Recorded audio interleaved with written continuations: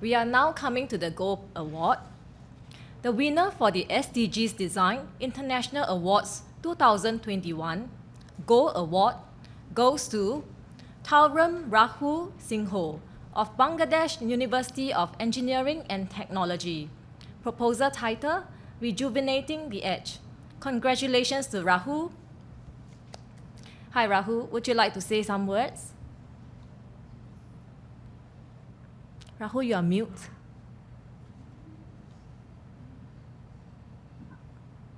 Thank you so much. Good afternoon and hello everyone. Thank you the organizers of SDGs International Design Award Faculty of Design, Kyushu University for giving me the opportunity and allowing me to showcase my gratitude. And I'm honored to receive this award and share my thoughts with all of you. The whole pandemic that has been going on since last year has affected us in many ways, and it's positively and negatively. And on a positive note, it has taught us the perspective of adaptability and mitigation and in such difficult situations. And like this event where we are virtually connected from all parts of this world. And having said that, I think this year's theme was quite relevant for all of us as we are facing so many challenges regarding climatic issues and our city life. And I want to congratulate all the winners because I believe in togetherness and we can bring change in our society through our combined actions and through our visions, I guess. And lastly, I want to dedicate this award to my parents because of their constant support and their guidance. And I hope this can amplify my effort and to give my best in everything that I do in my life. So thank you so much, everyone. Thank you so much to the organizers again for this entire experience and journey. And thank you, everyone. May God bless us all. Thank you very much. So, yes, I'm sharing my screen. Rahul will be giving us a live presentation. So let's hear from him on his proposal. Rahul, please. Can you see the screen? Yes. Okay. Yeah. Yes. Hi everyone, I am Rahul, taking you all through my project Rejuvenating the Edge. Dhaka, the capital of Bangladesh, is one of the fastest growing megacities in the world, having inhabitants of around 20 million. As the city is growing and stretching towards periphery, it seems to be neglecting the dynamic landscape and dominating on the wetlands, which has significant capacity to store carbon. Unplanned filling, illegal encroachment, and disposal of waste are some of the reasons behind such degradation. This negligence, increasing carbon footprint, and the city is becoming uninhabitable and vulnerable to many climatic catastrophes. Thus, the unplanned urbanization seem to be creating a conflicting edge with the natural wetlands. So how does a city like Dhaka deal with the increasing carbon footprints? Well, it initiates with conserving the wetlands and proposal of sustainable planning framework and demonstrating a coexistence between them. To implement this vision, there are 3 zones to be considered. First is reviving and living with the wetland ecosystem, growing native plants, and also embracing public spaces in the intermediate zone, and high density and sensitive development in the upper areas. The intervention also includes natural purification of water through aquatic plants and proposal of floating agriculture by the involvement of surrounding communities. Amphibian structure and elevated walkways are also proposed as public space in buffer zone to adapt in different seasons.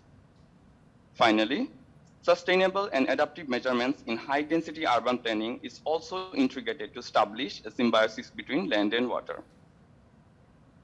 Moreover, the proposal of carbon neutrality tries to holistically and comprehensively approach in city scale, first, by identifying the existing wetlands and making surrounding communities as stakeholders, reviving the ecology and rejuvenating the surrounding lifestyle, gradual construction of new wetlands, and proposal of Grand Canal to allow connectivity. And lastly, projection of Dhaka as the accumulation of blue and green network in 50 years. However, the proposal connects several parameters to mitigate the carbon footprint, such as affordable housing for all, occupation through the dynamic landscape, embracing the resources, growing food in community scale, water as a form of mobility, electricity from the living aquatic plants, generating power from waste treatment plants, and lastly, energy from the natural forces. Through this framework, people learn to harness and grow along their dynamic landscape. Hence, a vision of carbon neutral Dhaka city is rejuvenated and delineated through our mutual participation and combined action. Thank you. Thank you very much. Rahul, sorry. Rahul, could you turn on the English language version for the Zoom? We have an interpreter for Japanese language. Judges, Professor. Okay. that Okay. is- Can you hear me? Okay. So then we can start discussion. Do you have any comments? And okay, Praveen, please. So congratulations, Rahul. This is Praveen. I'm from Ahmedabad, India, not very far from you. Yes. It's nice to see the micro and the macro picture. I understand this is a master plan planning project. What I like is that there is a strong social connect and in the people's participation towards reintroducing nature to the city fabric. I mean, this is what I understand.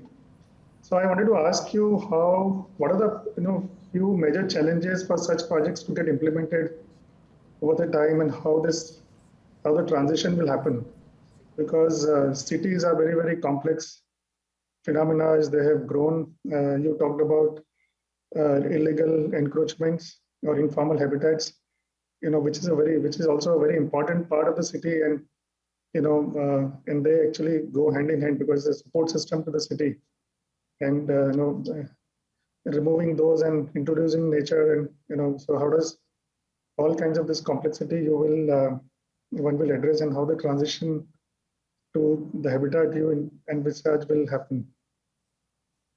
Okay, sir. Thank you so much for your question.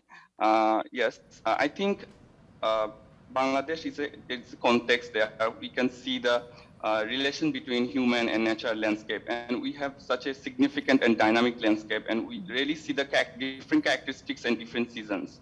But what we are missing, or I can say neglecting, is the relationship between this human and the natural system. Through this entire growth of city, especially for Dhaka city, I think we see the challenges in every step. We are moving forward in the name of so-called development. What we are doing is the illegal encroachment or filling of these wetlands, and we are making a new city in the edge area of Dhaka actually.